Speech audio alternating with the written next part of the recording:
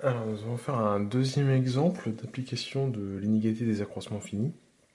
Alors, cette fois-ci, nous allons utiliser la deuxième version, celle avec les valeurs absolues.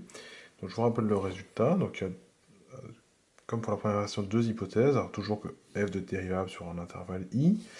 Et il doit exister un réel k appartenant à R+, donc un réel k positif, tel que la valeur absolue de f' de x est plus petite que k, quel que soit le réel x dans l'ensemble i. Donc on a encore un encadrement sur le vérifié par la dérivée, mais écrit un peu différemment avec la valeur absolue. Alors sous ces deux conditions, on peut conclure que l'écart entre f de b et f de a en valeur absolue est plus petit que la constante k qui apparaissait ici, fois la valeur absolue de b moins a. Et b et a peuvent être choisis quelconques dans l'ensemble I. Alors on va appliquer ce résultat sur un... C'est vraiment l'application la plus classique de ce résultat, c'est ce qui revient le plus souvent dans les sujets de concours.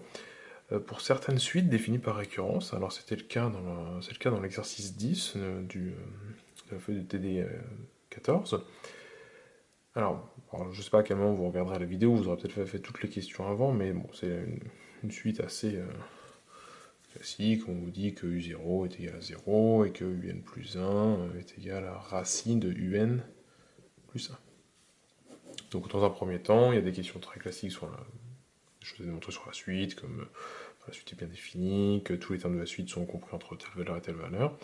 On cherche, on étudie la fonction f, qui est la fonction qui a x associé racine de x plus 1.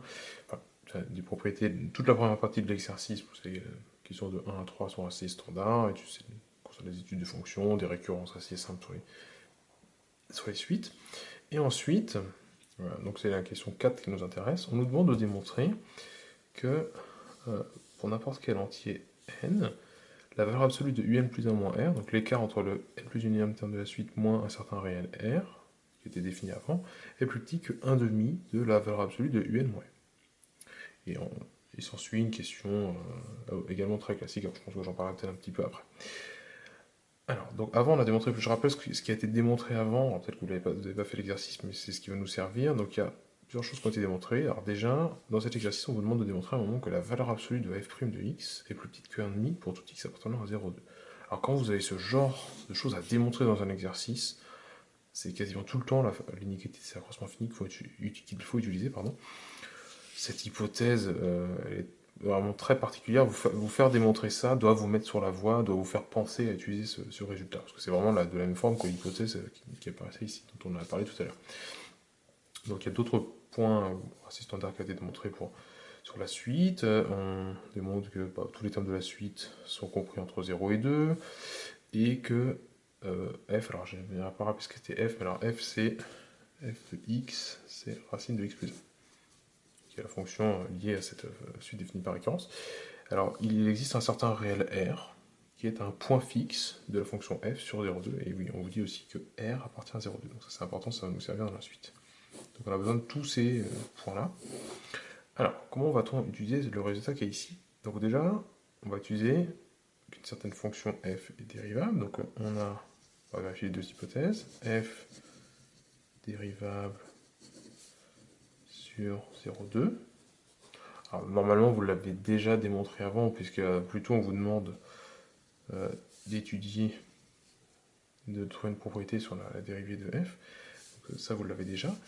Et la deuxième propriété est que pour tout x appartenant à 0,2, f' de x en valeur absolue est plus petit que 1. Donc on a déjà les deux hypothèses. Donc comme d'habitude, on utilise un théorème du cours, on en rappelle les hypothèses. Donc là, les deux sont vérifiés.